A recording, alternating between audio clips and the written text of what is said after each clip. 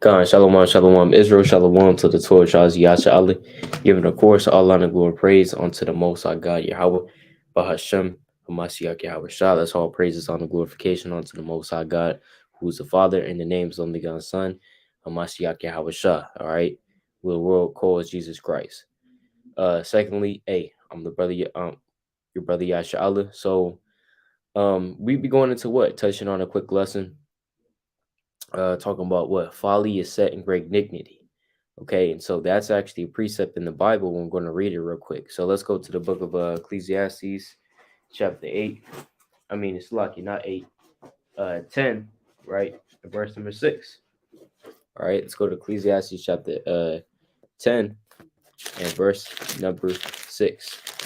And it reads, now I'm going to try to do this in about 15 minutes. All right, try to touch on this lesson in about 15 minutes or so. Nothing too long. We know Israel, we want to make it short for Israel. All right, short, straight to the point. So let's go to Ecclesiastes chapter 10 and verse number 6. It says, folly is set in great dignity and the rich sit in low place. So folly in this world is set in great dignity. Okay, folly is set in great dignity in this world. We know that a lot of people in this world, they esteem folly and madness over Yahweh Shah, over words of life, over things that actually matter. Folly does not matter, right? There's no end to it, man. What's folly? Distractions of this world, TV, NBA, NFL, right? These things don't matter, man.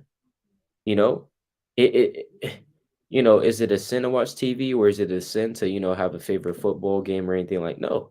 But the thing is, people extol these things over the Most High. Hey, the basketball game is going on Friday night, right? Would you rather go to the basketball game, or would you rather go to camp? Guess what? The righteous, they're going to be choosing camp, man. You know what I'm saying? The men that actually want to, actually be truthful and faithful to Yahweh Shah, they're going to choose camp. Are you keeping the Sabbath, or are you going to go to the damn basketball game, man? You can watch basketball. It's not that damn serious, though, man. To literally choose basketball over the Most High God. But we know that in this world that we live in right now, this present world, folly is set in great dignity, right? The folly is set up, in high esteem in this world. They extol it to the clouds. But really, at the end of the day, what does it all mean? You know what I'm saying? Folly. It's just folly and madness. So that's a precept we're going to start with. Now, let's go real quick to the book of 2 Corinthians chapter 2. Because really it's going into distractions, man. In this world, and especially in America, Babylon the Great, you have a lot of distractions, man. From the phone, you know what I'm saying? Media, computers, right? Billboard signs, ads. You turn on the TV, damn 80% of what you're watching is commercial after commercial, man. All these distractions to keep you away from the tree of life. All right, and that literally goes back to Genesis, right? It goes back to Genesis, because when you go to the book of 2 Corinthians chapter 2 and verse number 11, it says what? Right? Right? So like 2 Corinthians chapter 2 and verse number 11, it says, lest Satan should get an advantage of us, for we are not ignorant of his devices. So we're not ignorant of Satan's devices, man. Satan, he can try to fool us all he wants. Satan, he could try to distract us all he wants. But we understand, ye that are spiritual, you know what I'm saying? Men and women that are spiritual in this truth, we understand what Satan devices are. You know what I'm saying? Somebody comes up to you talking about this and the third, talking about doing the things that you like, but you can't do it because you're in this truth. That's Satan, obviously. You know what I'm saying? Somebody hitting you up, the plug is hitting you up, man, giving you a 50% off over whatever you used to buy. You know what I'm saying? Whether that's, weed, narcotics, whatever you wanted to get into that, or you were getting into that in the world. But obviously you come to the truth, you lay off from that. He's calling you up talking about 50% off sail on everything. Hey, obviously we know that's Satan, man. We're not ignorant of Satan devices, man. We're not walking out here dumb, you know. Okay, yeah, that's Satan. Boom, yeah, we gotta have that spirit of discernment, you know. And so we know that in the book of First Peter, chapter 5, verse 8, Satan's out here like a roaring lion, man. You have a million distractions, man, to distract you from the tree of life, right? This is First Peter chapter 5 and verse 8, and that's why folly is set in great dignity, man. Okay, because people don't care about the Most High. People don't care about these words of life. People don't care about what really matters in this world. They don't, right? Let's go to First Peter chapter 5 and verse number 8. It says, "What? Be sober, be vigilant, because your adversary, the devil, as a roaring lion, walketh about, whom seeking whom he may devour, whom resist steadfast in the faith, knowing that the same afflictions are accomplished in your brethren that are in the world." So we know that Satan, he's walking around here like a lion. He's vigilant. You understand? Walking around here seeking whom he may devour. You know what I'm saying? Can I devour him? Right? I can devour him. I can pull this into, you know what I'm saying, slide this device into him and cause him to fall. That's what Satan, that's his job though. That's his job. But Satan and folly go hand in hand. Okay? Satan and folly go hand in hand, right? Let's go to the book of Proverbs, chapter 15. I think I wanted verse 23, right? It's like Proverbs 15:21, right? All praise. Proverbs 15 and verse number 21. Um, it says, it's like folly is joy to him that is destitute of wisdom. So folly is joy to him that's destitute of wisdom. If you're destitute of wisdom, you're going to enjoy in folly, man, right? Getting drunk, getting high, smoking whatever, you know, just fornicating with whoever, you know, just doing what your heart's desire is. You know what I'm saying? Playing video games for 5 hours, 10 hours straight, man. Hey, come on, brother. You know, that's something a foolish man would do. You know what I'm saying? He's just, taking pleasure in all this manner of folly. You know what I'm saying? The Lord said folly is joy to him that is destitute of wisdom. And we know that in this world, a lot of people are destitute of wisdom. You're just going to say how it is, man. You're destitute of wisdom. You're going to choose basketball, which has nothing to do with the Most High, has nothing to do with nothing. In fact, what if basketball wasn't invented? What if damn soccer wasn't invented? What if all these sports wasn't invented? You know, and wasn't broadcasted upon the face of the earth, to where you have millions and millions and millions of people watching it on it. Now, like I said, it's not a sin to watch these things, but it's a problem when you choose these things, you put these things above you. How about you have a shot? Now we have a problem, man. Now we have to check our spirit, right? Because is that really the spirit of the Most High? You know, we have to understand that. It says, "Folly is joy to him that is destitute of wisdom, but a man of understanding walketh uprightly." So the man of understanding, he's going to walk uprightly. He's not going to care about all the folly and the madness that goes on in this world, man, eating and drinking and giving in marriage and just living their lives without any instruction, any guidelines, man, any moral values for real. And don't, hey, guess what? Don't tell me that you get your moral values from something that does not, lead to the Bible. You know what I'm saying? All the scriptures have all the moral values that people really have. Don't Thou shalt not kill, thou shalt not steal, thou shalt not commit adultery. These things, a lot of people, they hold to these things. Oh, don't kill, that's bad. Don't steal, in that day. Don't steal, that's bad. This and the third. That the Most High already said that. So, a lot of people just want to pick and choose, what commandments are cool. Love your neighbor as you love yourself, when you really don't know what that means. All right. And they just pick and choose. And then that's it. No, you have to follow this thing, man. But here's the thing. There's too many distractions in this world. That's a lot of people that want to come into this truth, man. Because they keep getting distracted. They can't see it. Let's go to the book of Genesis chapter 3. right? It goes all the way back to the beginning because, hey, that's the will of the Most High. Okay, that's the will of the Most High. Let's go to Genesis chapter 3 and verse number 24. So he drove out the man and he placed at the east of the Garden of Eden cherubims and a flaming sword, which turned every way to keep the way of the tree of life. So again, it says at the east of the Garden of Eden, there were cherubims. Okay, these cherubims are angels, right? They're angels. It says, and a flaming sword was turned every way to keep the way of the tree of life. Now, these cherubims, really, okay, they're angels keeping and blocking Yahweh because who dwells between the cherubims? Let's see who dwells between the cherubims. This is Psalm chapter 80 and verse 1. It says, give ear, O shepherd of Israel, thou that leadest Joseph like a flock, thou that dwellest between the cherubims, shine forth. So who dwells between the cherubims? Yahweh Shah, right? That's who dwells between the cherubims. All right. Let's get another precept on that. It's the book of Psalms, chapter 99 and verse number 1. The Lord reigneth, let the people tremble. He sitteth between the cherubims, let the earth be moved. So who dwells between the cherubims? The Most High, right? By Yahweh Shah. Hey, guess what?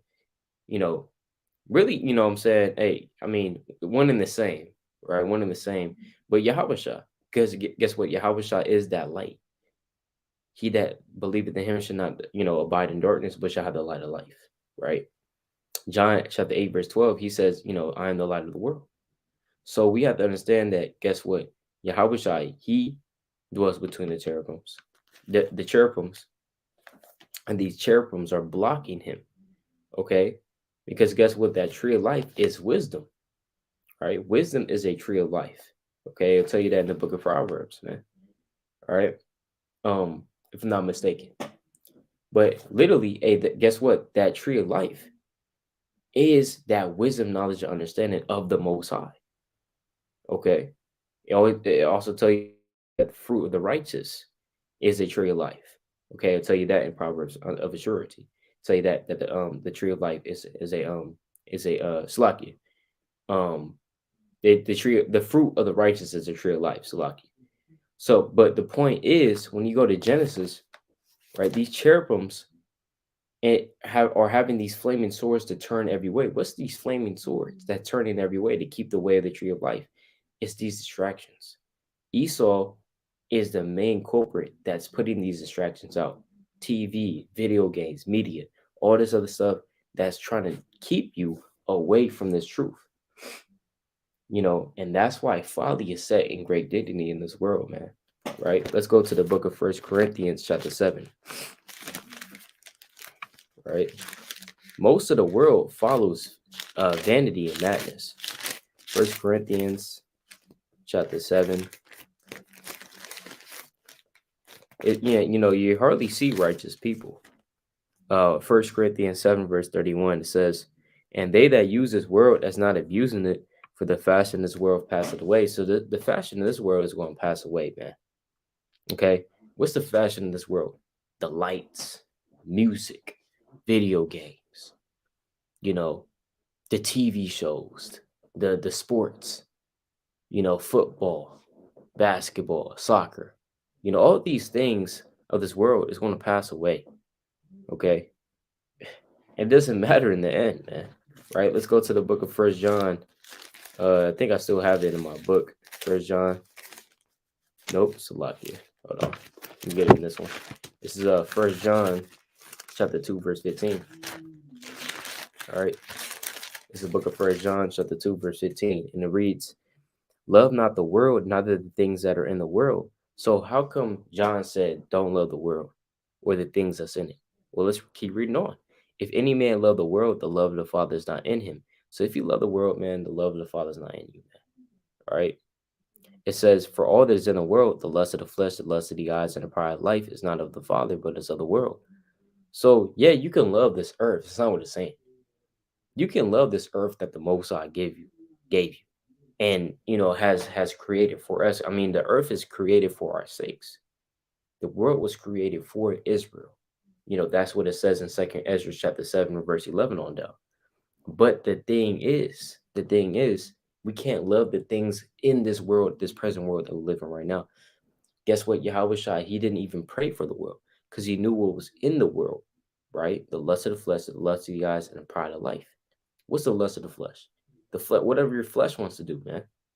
It wants to smoke, it wants to damn fornicate, it wants to eat unclean foods, it wants to defile the Sabbath, it wants to please itself, it wants to work out on the Sabbath and then break a sweat and get a pump on the Sabbath, man.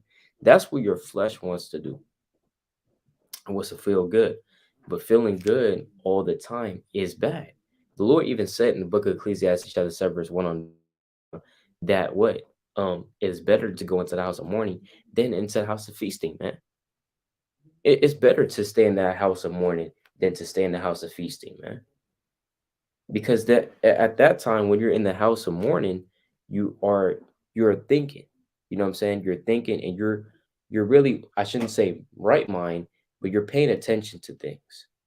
You're more sober. If you're in the house of mourning, you're not really tripping on nothing, man. You're laughing, you're having a good time, you're distracted.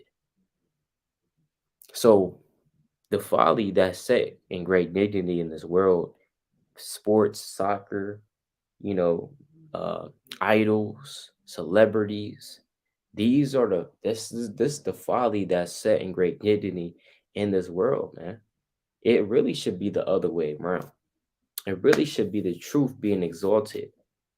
Yahweh Shah being exalted in the earth, right? And this folly being looked down at. But it's really the other way around right now. In First Corinthians 4 and verse 10. Let me get that real quick. First Corinthians chapter 4 and verse 10, it says what? We are fools for Christ's sake, but ye are wise in Christ. We are weak, but ye are strong. Ye are honorable, but we are despised. So, hey, guess what? We're despised in this world, man. The people that keep the commandments and we read the Bible, man, and hey, guess what? We're becoming more despised and more ostracized each and every day because you have people, a great number of people, following this ideology of being free spirited, being free minded, whatever you want to do, your flesh wants to do, go ahead and pursue that thing.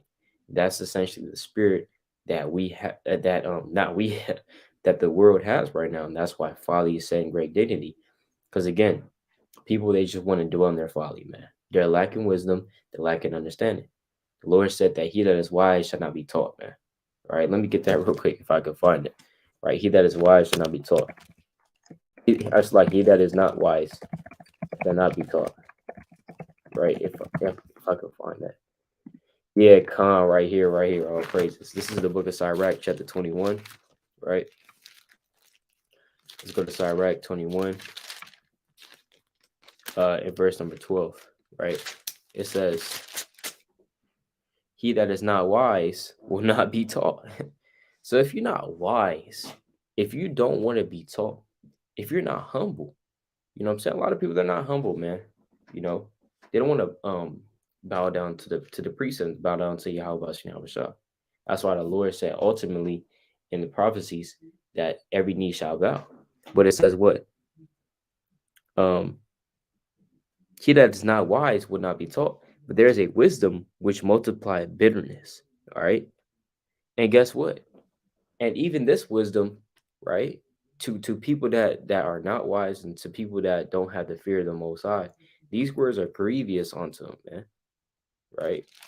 Even when you go to that in the book of Job, man, it tells you that a sound of a dreadful sound is in the ears of these Edomites, and even to our people, because they have the spirit of the Edomite, they have the spirit of a heathen. That's why they're called Gentiles, because they're walking around here in their folly and moving in the spirit of a heathen.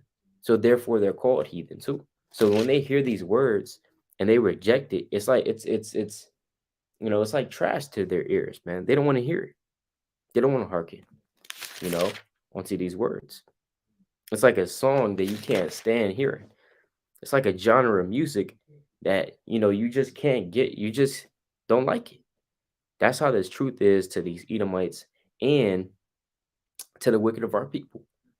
because guess what? They want to remain in their folly, they want to remain in their sin, they want to remain in doing whatever they want to do, the basketball games and the football games.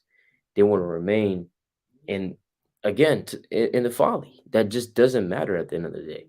It's going to pass away, right? You know, is football forever? Is soccer forever? Will Messi live forever? Right?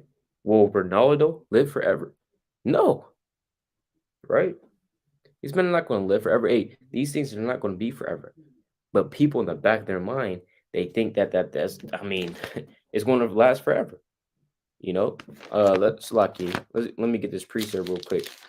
In the book of Acts, chapter 16. Right, Acts chapter 16, and Salaki, not 19, Salaki. This is Acts chapter 19 and verse number 26. Moreover, you see and hear that not alone at Ephesus, but almost throughout all Asia, this Paul had persuaded and turned away much people, saying that there be no gods which are made with hands. So Paul was going around doing the work of the Most High, man. You see a lot of people that worshiping idols. They worship Beyonce, worship JC.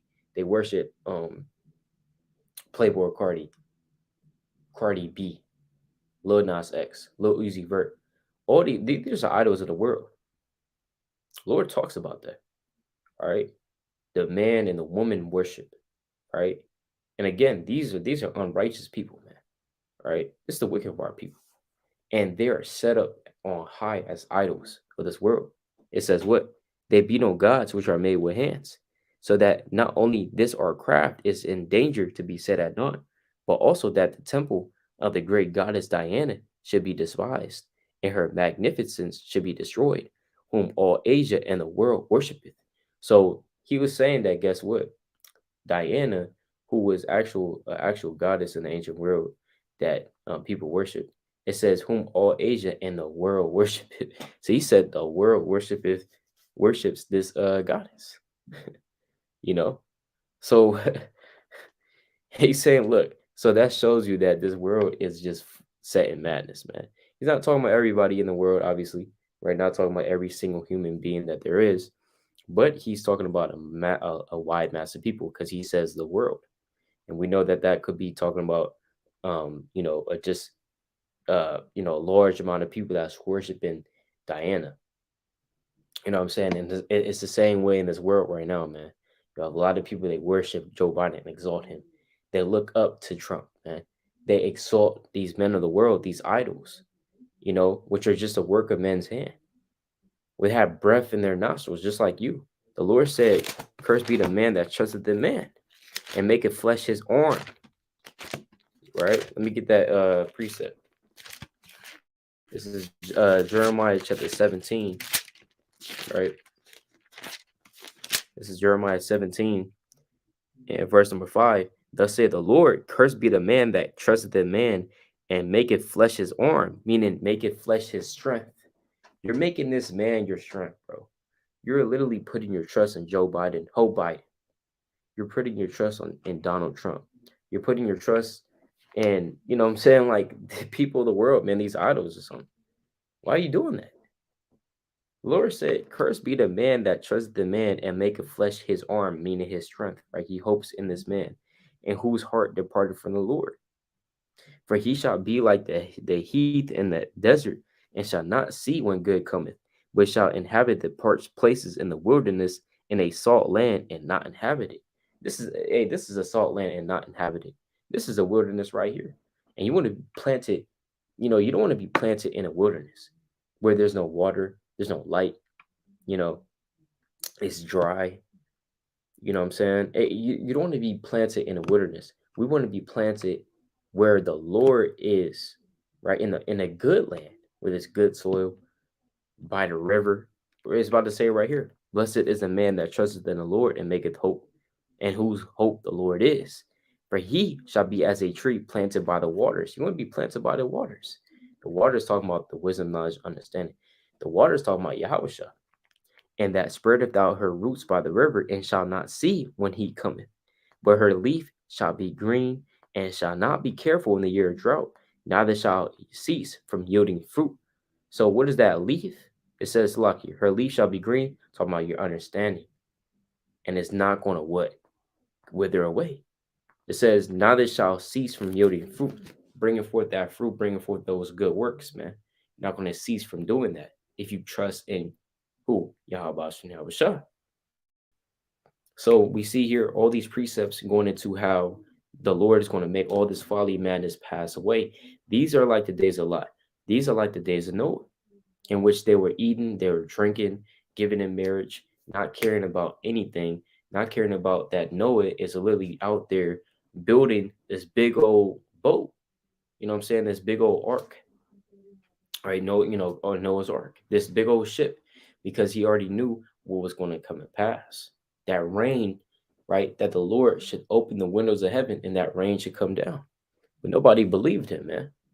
See, a lot of times when you look at history, first, a lot of the masses of people, they're wrong. You have a few select group of people that come out, they they say or they preach a opposite, I'm saying, a view of certain things. And a lot of times, firstly, the majority of the people, they reject that ideology, even though they find it out to be right in the end. This kind of occurrence happens all the time in history. You don't even have to be a historian to understand that. History repeats itself. A lot of times, the majority of people are wrong about there's certain things that they believe and the certain things that they do. Well, let's look at the majority of people that live in this world right now. Majority of people are what? Christians. That's about a few billion people on the planet. Most of the people are what in this world? In Islam, right? That's about another few billion people in this world, right? You have millions of people named Muhammad. You have millions of people that go to the mosque and that do their prayers, right? So you have a million people that identify as that. You have millions of people that are Hindus, millions of people that are, Buddhists, et cetera, not following the real things of the Bible, man. Who really follows the Bible out here for real and not follows man? Very few people. Very few people. That's what Hebrew Israelites do. Okay. That's what Hebrew, you want to call us BHIs, but that's what Hebrew Israelites do. Hebrew Israelites, we're just about following the Bible, not following man. Right? What does the Bible say? That's what we on. Okay. Let's go to the book of Isaiah chapter 2. Right? Isaiah chapter 2, verse 22. Seize ye from man whose breath is in his nostrils, for wherein is he to be accounted of, man? So the Lord said, Seize ye from man whose breath is in his nostrils. Guess what? Your breath is in your nostrils. You breathe just like how this man breathes. So why are you putting all your trust in him? Why are you putting all your trust in this man? To teach you, right? Blindly, without you checking it out for yourself, to tell you smooth things, to tell you that everything's going to be all right, to tell you that, yeah, go ahead, go forth and sin, go forth and do so, right? Telling you to go off, to go follow Satan. Yeah. Oh, yeah, no, that's not Satan, right? Oh, yeah, no. Yeah, kind of like the serpent in the garden, man. Have God said that, you should not eat of that tree of good and evil? Did he say that? Because you're going to die? Oh, no, you're not going to die. That's literally what people say, though. Oh, yeah, no, eat that pork. The Most High doesn't care. Blessed in Jesus' name. Where is that in the Bible, man? It's not in the Bible, right? Now they have the Lord, give any man license to sin, So, again, Folly is setting great dignity right now, man. A lot of people, they don't want to follow after the Lord. Let me get a few more precepts and then just close it out through the Spirit, right? I didn't want to make this too long or anything. Just a quick video going into this, because, again, it's the times that we're living in, people switching their genders, right? Trying to switch their genders. People, switching races. People switching ages, man. A trans age, a trans age, The Lord said, meddle not with them that are given to change, man. Right? Let me try to get that precept real quick. Because again, The Lord said in the book of Sirach that a fool changeth as the wind. Let me get that real quick. Right, a fool changeth as the moon, so like not the wind. Right, but as the moon. Let me get that. This is Sirach chapter 27, right, and verse number 11, and it reads, "The discourse of a godly man is always with wisdom." So when you look at the godly, our discourses, not saying that I'm part of this, right, or that I'm just some man, that's holier than thou or anything like that. We try to follow the commandments the best with our ability, but obviously it says that the discourse of a godly man is always with wisdom, right? But a fool changeth as the moon. So a fool, he's going to change like the moon. The moon is constantly changing. You have the waning crescent, the waxing crescent. What is the gibbous? You have the full moon, new moon, super blood moon, super moon. You have a lot of different like types of moon phases, right? It says the discourse of a godly man is always of wisdom, but a fool changeth as the moon. So a fool, he's going to change like the moon, right? So the Lord said, meddle not with them that's given the change, because he's always going to be changing, man. Changing their mind, right? Now, I'm a girl one day, and I'm a boy the next, right? You have something called pansexual, right, in this world. This is Proverbs chapter 23 and verse, I thought this was it, but let me see. Meddle not with them that are given the change, right? All right, kind of. It's not that. Hold on, let me get this real quick, right? Meddle not with them. Proverbs 24. Oh, okay, come on. Proverbs 24:21. Select. Let's go to Proverbs 24:21. It says, "My son, fear thou the Lord and the king, and meddle not with them that are given to change." So we don't want to meddle with people that are given to change. And in this world, people are just changing all the time. They want to change everything. All right. When you compare America from when it was first founded to how it is now, it's changed a whole lot. It's changed a whole lot. Their resentment, Esau's resentment and their racism towards us, it's still there, right? It's still there. That's not what I'm talking about. I'm talking about in terms of everything else. I'm talking about in terms of everything else. You did not have transgenders running America in the 1600s. You kidding me? They wouldn't have allowed that. They were literally burning people, burning their own women, and calling them witches. Because Exodus chapter 22, right, in verse 18, if I'm not mistaken, says, "Thou shalt not suffer a witch to live." They were doing that, but are they doing that now? Nah. Hey, they took the Bibles out the schools. You know what I'm saying? They're not as believing in God. They're not as as devout so-called Christians anymore, which we know to be not even the correct way of understanding the Bible, but nevertheless, it's better to read it than to just reject it wholeheartedly, you know. But nevertheless, we see America's downfall. Now let's go to First Kings chapter 18 and verse 21. It says, "And Elijah came unto all the people and said, How long halt ye between two opinions? If the Lord be God, follow him. But if Baal, then follow him. And the people answered him not a word. Then said Elijah unto the people, even I only remain a prophet of the Lord, but Baal's prophets are 450 men." So we see how Elijah, he was one of 1,000, man. He was one of 1,000. He was like, man, I'm like the only one that's here that's righteous, keep the commandments. I'm a prophet on the Most High. But Baal's prophets, who's Baal's prophets? The damn, you know, uh, the shepherds that lead the sheep astray. Baal's prophets that just tell you what you want to hear and not what really should be said. So Baal's prophets going into, like, for example, or like how I just said, people that just tell you smooth things, not telling you thus saith the Lord. It says, Baal's prophets are 450 men. 450 men. So you have a whole bunch of other people that's, extolling folly and great dignity. You know what I'm saying? But you only have a few that's righteous. You can read about that in Romans 11. Let's go to Romans chapter 11, verse 1. It says, I say then, have God cast away his people? God forbid, for I also am an Israelite of the seed of Abraham of the tribe of Benjamin. Okay, so again, the Lord didn't cast off his people. God have not cast away his people, which he foreknew. What he not what the scripture saith of Elias, how he make an intercession to God against Israel, saying, Lord, they have killed thy prophets and digged down thine altars, and I am left alone, and they seek my life. So that's why they killed the prophets, man, because they extol folly to the clouds.